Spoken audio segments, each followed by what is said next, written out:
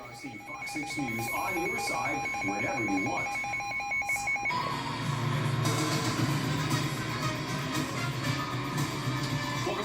The National Weather Service in Birmingham has issued a severe thunderstorm warning for west central Tuscaloosa County, east central Pickens County until 8:45 p.m. Central Daylight Time.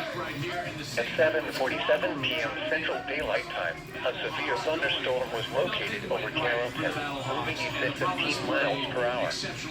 Hazard, 60 miles per hour with gusts and half-dollar-sized hail. Source, radar indicated. Impact, hail damage to vehicles is expected. Expect wind damage to roofs, siding, and trees. Locations impacted include Gordo, Carrollton, Johnston Lake, Orange, Kirk, Gilbert, Pioneer, Jewel, Romulus, and Orion. For your protection, move to an interior room on the lowest floor of a building.